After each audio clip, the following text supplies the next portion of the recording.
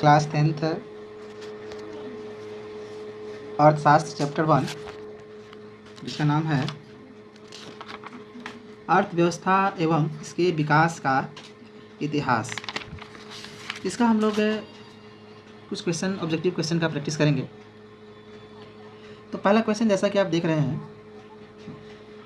पहला क्वेश्चन है कि भारत में विकास की नीति कौन संस्था बनाती है? तो भारत में विकास की नीति नीति आयोग बनाती है। अगला है, भारत की आर्थिक व्यवस्था कैसी है?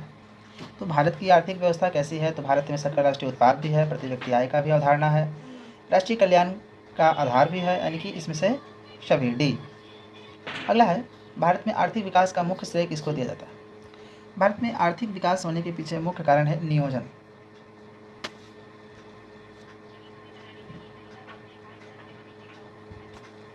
सवाल नंबर 4 की तरफ बढ़ते हैं। आर्थिक विकास को मापने के लिए उचित सूचकांक कौन है? तो आर्थिक विकास को मापने के लिए उचित सूचकांक होता है प्रति व्यक्ति आय। राष्ट्रीय विकास परिषद का अध्यक्ष कौन होता है? राष्ट्रीय विकास परिषद का अध्यक्ष होता है प्रधानमंत्री।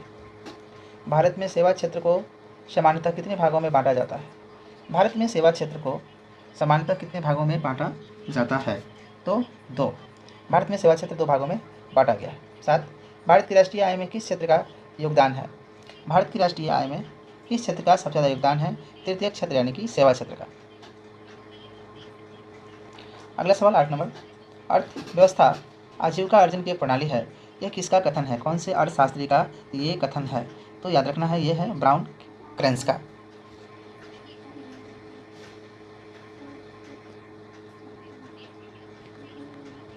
सवाल नंबर 9, देश में कितने विशेष आर्थिक क्षेत्र विकसित हुए हैं? देश में कितने विशेष आर्थिक क्षेत्र विकसित हुए हैं? उत्तर बी 7। जिस देश की राष्ट्रीय आय प्रति व्यक्ति आय अधिक होती है वो देश कहलाता है, वो देश विकसित देश कहलाता है, बी। निम्न में से किस देश में मिश्रित अर्थव्यवस्था है? Option number C Bharat. योजना आयोग को भंग कर कौन सा आयोग बना? योजना आयोग को तोड़कर नीति आयोग बना।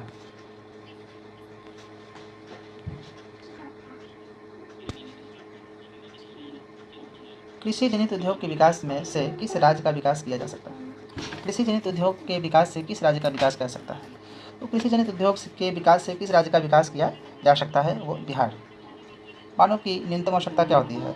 मानव की न्यूनतम आवश्यकता रोटी, कपड़ा और मकान। चौथा का ए।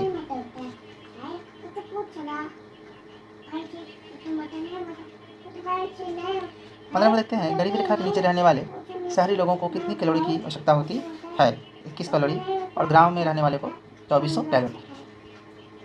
2400 कैलोरी गांव में रहने वाले। सवाल नंबर 16 का ए। नरेगा में मजदूरों को वर्ष में कितने दिन तक काम की गारंटी दी जाती है? 100 दिन।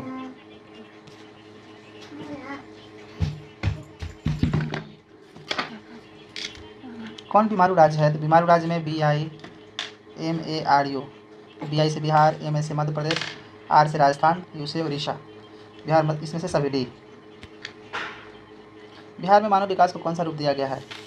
बिहार में मानव विकास को कौन सा रूप दिया गया? जन आंदोलन। इसमें से कौन?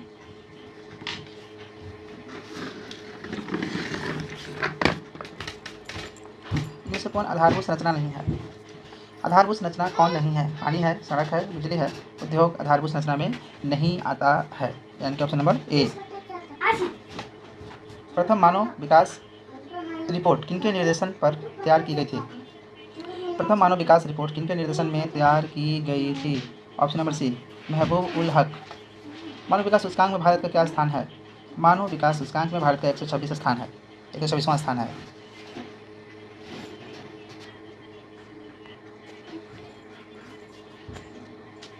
आर्थिक क्रियाओं का क्या उद्देश्य होता है? आर्थिक क्रियाओं का उद्देश्य होता है, आर्थिक क्रियाओं का उद्देश्य होता है, पहला ऑप्शन जीविकोपार्जन, दूसरा मनोरंजन। तो आर्थिक क्रियाओं से अर्थ यानी कि पैसे की कमाई होती है, यानी कि ऑप्शन नंबर ए। श्वेत क्रांति का संबंध अर्थव्यवस्था के किस क्षेत्र से है? श्वेत क्रांति का मतलब दूध का उत्पादन, और दूध का उत्पादन हो गया हमारा आपका प्राथमिक क्षेत्र यानी कि कृषि क्षेत्र से।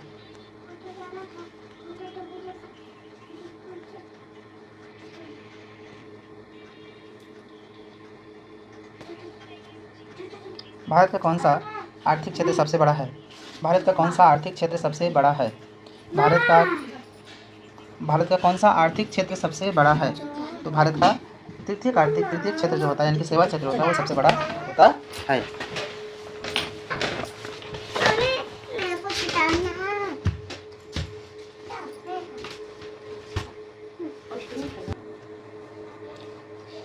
भारत की आर्थिक व्यवस्था कैसी है? तो भारत में मिश्रित आर्थिक व्यवस्था है।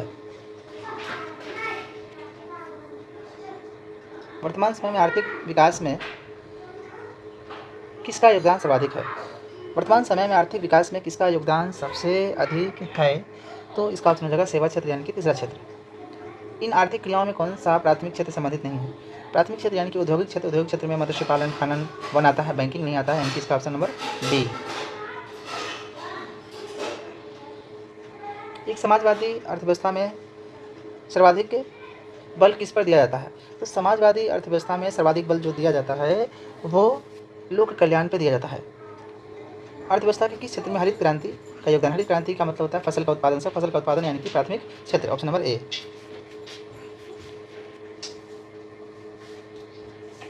आर्थिक विकास संबंधित है, आर्थिक विकास संबंधित है तो आर्थिक वृद्धि होता है, एक आर्थिक विकास होता है। तो आर्थिक वृद्धि जो होता है वो परिणात्मक होता है और आर्थिक विकास होता है वो गुणात्मक होता है। तो आर्थिक विकास का जो आंसर हो जाएगा वो आर्थिक विकास में यहाँ पर हम देख सकते हैं आर्थिक विकास में परिणाम और गुणात्मक दोनों होता है, अर्थात इसका जो आंसर होगा वो ऑप्शन नंबर सी होगा।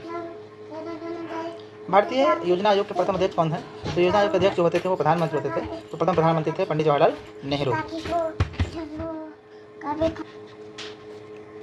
इनमें से कौन गैर आर्थिक आधारभूत संरचना घटक है? तो आधारभूत संरचना में संचार, शिक्षा, यातायात, इसमें हो जाना चाहिए 33 का डी। आधारभूत संरचना गैर आर्थिक आधारभूत संरचना है, यानी कि गैर आर्थिक पूछ रहा है इसमें, तो इसका आंसर होगा सी। शिक्षा जो है गैर आर्थिक आधारभूत संरचना है। सवाल नंबर आगे बढ़ते हैं कि कौन आर्थिक आधारभूत संरचना का घटक है? कौन आर्थिक आधारभूत संरचना के घटक है? तो इसका आंसर होगा ए, बिहार राज्य है। बिहार राज्य एक कृषि प्रधान देश है, यानी कि ऑप्शन नंबर डी। कृषि प्रधान राज्य है, यानी कि ऑप्शन नंबर डी, कृषि प्रधान। ये इसमें अगला सवाल की तरफ बढ़ते हैं। निम्न में से कौन पिछड़ा राज्य है? कौन पिछड़ा राज्य है? तो बिहार पिछड़ा राज्य है।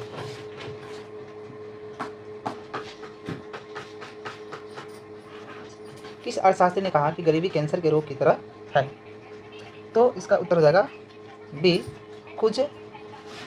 कुजनेट ने कहा कि गरीबी कैंसर के रोग की तरह है। अगला सवाल है, केंद्रीय सांख्यिकी संगठन सीएसओ ने बिहार का वर्तमान विकास दर कितना माना है? तो बिहार का विकास दर सीएसओ के अनुसार जो है वो 11.03 है। प्राथमिक क्षेत्र में कौन सी आर्थिक क्रिया शामिल होती है? तो प्राथमिक क्रिया में कृषि भी होती है, खनन भी और पशुपालन, यानी कि डी में से सभी। समाजवादी अर्थव्यवस्था का गुण है, तो समाजवादी अर्थव्यवस्था में मुख्य रूप से सामाजिक कल्याण का काम किया जाता है। ब्रंटलैंड आयोग संबंधित है, तो ब्रंटलैंड आयोग का संबंध किस चीज़ से है? ब्रंटलैंड आयोग का जो संबंध है वो सतत विकास से है।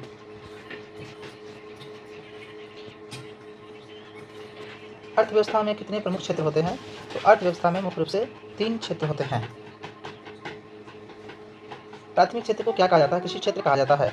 नीति आयोग की स्थापना कब हुई थी? नीति आयोग की स्थापना कब हुई थी? तो 1 जनवरी 2025 को नीति आयोग की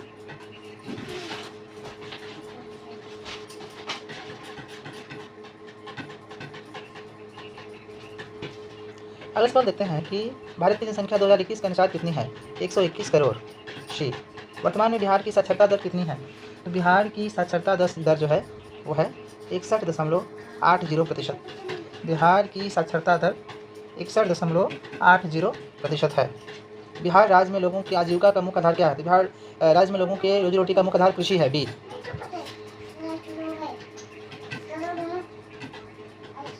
बिहार की जनसंख्या 2021 के अनुसार कितनी है? तो बिहार की जनसंख्या 2021 के अनुसार जो है 10,40,99,452, यानी कि ऑप्शन नंबर डी। बिहार के विकास में बहुत बड़ी बाधा है। बिहार के विकास में बहुत बड़ी बाधा है, अकाल है कि बाढ़ है कि सुखाड़ है ना? तो बिहार के विकास में बहुत बड़ी बाधा है बाढ़। अगला है, विकास दर के मामले में कौन सा राज्य आगे है? विकास दर के मामले में कौन सा राज्य आगे है? तो विकास दर के मामले में देखेंगे यहाँ पर कौन सा राज्य आगे है? केरल है कि गुजरात है कि हरियाणा है कि पंजाब है? तो यहाँ आंसर हो जाएगा केरल। नहीं, इसमें इसका आंसर केरल नहीं, इसका आंसर होना चाहिए गुजरात। 2021 की जनसंख्या के अनुसार बिहार में कुल कितने प्रतिशत लोग साक्षर थे? 2021 की जनसंख्या के अनुसार बिहार में कितने परसेंट लोग साक्षर थे? तो 63.82% लोग जो है वो साक्षर थे।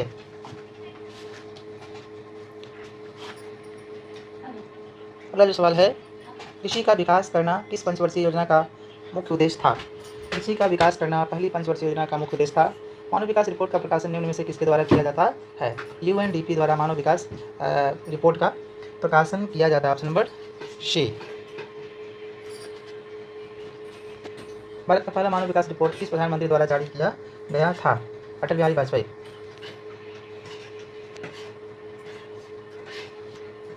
अटल बिहारी वाजपेयी। किस आयोग और कमेटी ने सतत पोषणीय विकास अवधारणा प्रस्तुत किया? ब्रुकलैंड आयोग ने।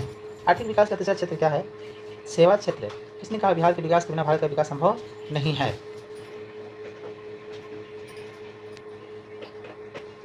किसने कहा कि बिहार के विकास के बिना भारत का विकास संभव नहीं है? इसका उत्तर हो जाएगा APJ अब्दुल कलाम। बिहार में किसकी प्रधानता है? बिहार में कृषि की प्रधानता है। गरीबी रेखा निर्धारण का खिलाड़ी मापदंड किसने दिया था? तेंदुलकर समिति ने दिया था।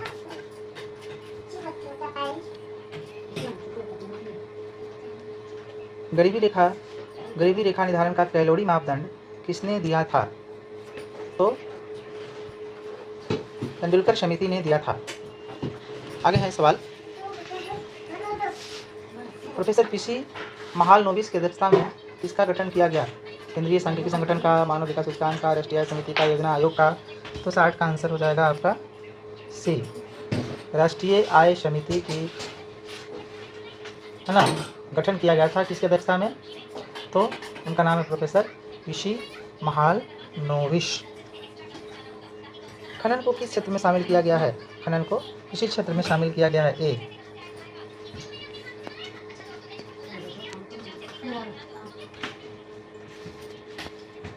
कौन सी आर्थिक विकास ग्रामीण क्षेत्र में प्रमुख है? प्राथमिक कृषि क्षेत्र यानी कि। गैस और बिजली उत्पादन को किस क्षेत्र में रखा गया है? गैस और बिजली उत्पादन को किस क्षेत्र में रखा गया है? द्वितीय क्षेत्र यानी कि उद्योग क्षेत्र में रखा गया है। आर्थिक विकास की जिस प्रक्रिया से समाज के सभी वर्गों का जीवन स्तर ऊंचा कहलाता है वो क्या है? इसमें से सतत विकास है कि समावेशी विकास है या आर्थिक विकास है, कौन है? तो इसका उत्तर हो जाएगा समावेशी विकास में सभी वर्गों के लोगों को ध्यान दिया जाता है। भारत की पहली मानव विकास रिपोर्ट किसने तैयार किया था? भारत की पहली मानव विकास रिपोर्ट योजना आयोग ने तैयार किया था।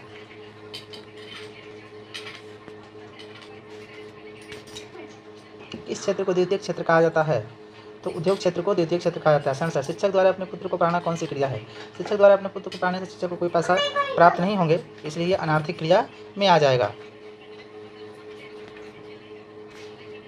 इनमें से किसका अर्थव्यवस्था में योगदान नहीं होता है? कालाबाजारी का अर्थव्यवस्था में कोई भी योगदान नहीं होता है। भारत में योजना आयोग का गठन कब किया गया था? तो योजना आयोग का गठन भारत में जो है 15 मार्च 1950 को किया गया था। समानता किस देश के विकास का स्तर किस आधार पर निर्धारित किया जाता है? समानता किसी देश के विकास का स्तर किस आधार पर निर्धारित किया जाता है? प्रति व्यक्ति आय, साक्षरता दर, स्वास्थ्य की स्थिति और इनमें से सभी, है ना।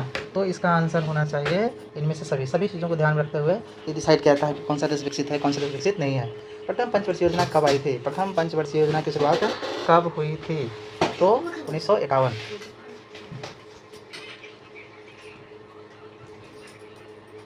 ग्यारहवीं पंचवर्षीय योजना की अवधि क्या है? 11वीं पंचवर्षीय योजना की अवधि क्या है?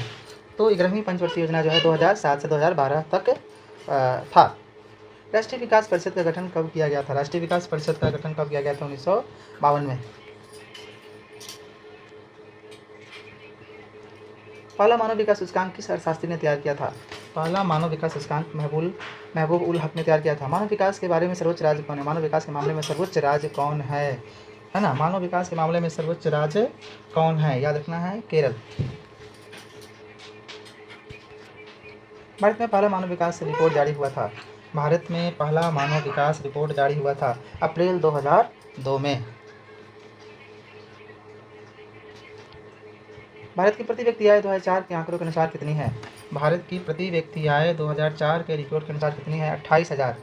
सकल घरेलू उत्पाद में किस क्षेत्र का योगदान सर्वाधिक है? तृतीय क्षेत्र का योगदान सबसे ज़्यादा है। निम्न में से किसका गठन आर्थिक नियोजन में राज्यों की भागीदारी सुनिश्चित करने के लक्ष्य से हुआ था? है ना, किसका गठन है ना आर्थिक नियोजन में राज्यों की भागीदारी सुनिश्चित करने के लिए किया गया था? उत्तर हो जाएगा राष्ट्रीय विकास परिषद का। 2011 में जनसंख्या की दृष्टि से भारत का विश्व में कौन सा स्थान था? द्वितीय। निम्न में से क्या आर्थिक गतिविधि नहीं है? कौन सी आर्थिक गतिविधि नहीं है ये बताना है। गरीबी आर्थिक गतिविधि नहीं है। मानव विकास रिपोर्ट किस घटक के आधार पर तैयार किया जाता है? शैक्षिक स्तर, स्वास्थ्य स्थिति, प्रति व्यक्ति आय, इनमें सभी डी। अगला सवाल है, निम्न में से क्या बिहार के विकास में बाधक है? गरीबी, बेरोजगारी, बाढ़, सभी। निम्न में से किस देश का एसडीआई रैंक भारत से अच्छा है? है ना, ह्यूमन डेवलपमेंट इंडेक्स भारत से अच्छा है। किस देश का एसडीआई रैंक भारत से अच्छा है? तो श्रीलंका। अगला है, वुडलैंड आयोग निम्नलिखित में किससे संबंधित है? वुडलैंड आयोग का निम्नलिखित में से किससे संबंध है? तो इसका आंसर हो जाएगा वुडलैंड आयोग का निम्नलिखित में से धारणीय विकास से इसका संबंध है।